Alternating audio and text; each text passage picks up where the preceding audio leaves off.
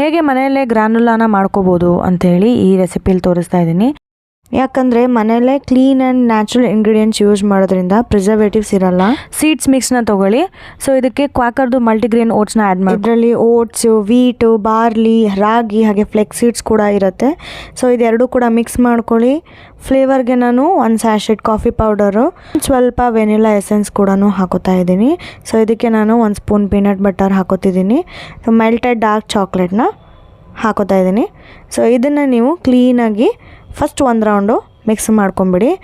ಹೀಗೆ ಮಿಕ್ಸ್ ಮಾಡಿ ಆದಮೇಲೆ ಇದಕ್ಕೆ 1 ಸ್ಪೂನು ಹನಿನ ಆ್ಯಡ್ ಮಾಡಿಕೊಂಡು ಇನ್ನೊಂದು ಸತಿ ಮಿಕ್ಸ್ ಮಾಡ್ಕೊತಾ ಇದ್ದೀನಿ.